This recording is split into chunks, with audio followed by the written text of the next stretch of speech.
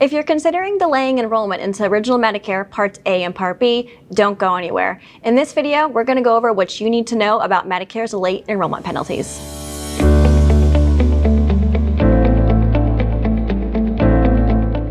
Hi Medicare community, my name is Lindsay Engel, and I'm the Medicare expert for Elite Insurance Partners and MedicareFAQ.com. When you first become eligible for Medicare, you may be considering delaying enrollment. First, we'll go over each penalty associated with Part A and Part B, and then we'll go over how to avoid them. Part A is your inpatient or hospital coverage. Most people are entitled to Medicare Part A premium-free as long as they paid into enough quarters while still working. The penalty for Part A is 10% of the current Part A premium. This will be paid for twice the number of years you were eligible but did not enroll. An example would be if you were eligible for 2 years but never signed up. That would mean you would have to pay 10% above the standard premium for a total of 4 years. Next, we'll go over the Part B penalty. Part B is your outpatient or doctor's coverage. The Part B penalty is 10% above the standard premium for every 12 months you went without coverage. Unlike Part A, this is a lifelong penalty.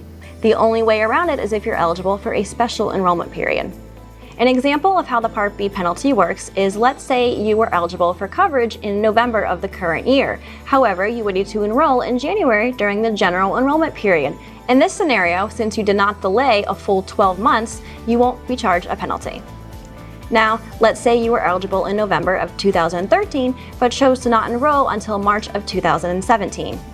This would mean that you delayed enrolling for a total of 40 months, or 3 years and 5 months. This would count as 3 full 12-month periods, meaning you'll have to pay a penalty of 30% above the standard premium. Now we'll go over how to avoid both of these penalties.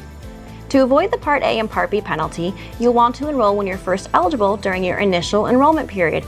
Your initial enrollment period will begin 3 months prior to the month of your birthday, will be the month of, and continue for 3 months after your birthday, giving you a total of a 7-month window to enroll in Medicare. Once you miss your 7-month initial enrollment period, this is when penalties may begin to incur unless you have a special enrollment period that you're eligible for. The majority of the time, beneficiaries choose to enroll in Part A since it's premium-free for most. The most common reason you may delay enrolling into Part B is if you have group employer coverage and your employer has more than 20 employees. In this case, it's considered credible and you can delay enrolling into Part B without being penalized. One of the most common questions we receive from our customers is if there is a cap on the Part B penalty. Unfortunately, at this time, there is no cap. Another thing to note is that if you're eligible for Medicare due to disability and we're currently paying penalties on your premiums, these penalties will be eliminated once you turn 65. If you feel these penalties shouldn't have applied to you or your current situation, you can submit a reconsideration request.